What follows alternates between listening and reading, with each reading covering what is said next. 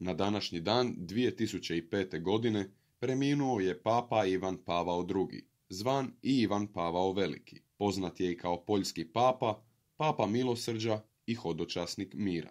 Aktivno se zalagao i za samostalnost Hrvatske, pa je upravo vatikanska diplomacija prva u svijetu objavila kako radi na dokumentu međunarodnog priznanja naše zemlje.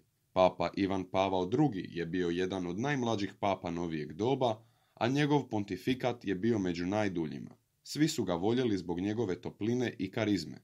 Zalagao se za pravdu, zajedništvo, solidarnost i za osjetljivost prema slabima i nemoćnima. Posjetio je ukupno 130 zemalja, među kojima i Hrvatsku. Kod nas je tako bio 1994., 1998. i 2003. godine.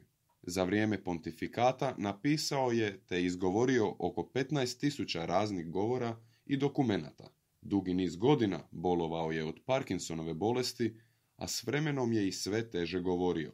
Općenito, za vrijeme pontifikata je često bio bolestan. Preminuo je na današnji dan u Vatikanu.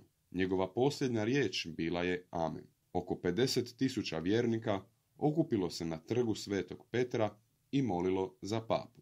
U izravnom televizijskom prijenosu pogreb je pratilo oko 3 milijarde ljudi diljem svijeta. Njegov nasljednik, Benedikt XVI, proglasio ga je blaženim, a papa Franjo ga je proglasio svetim.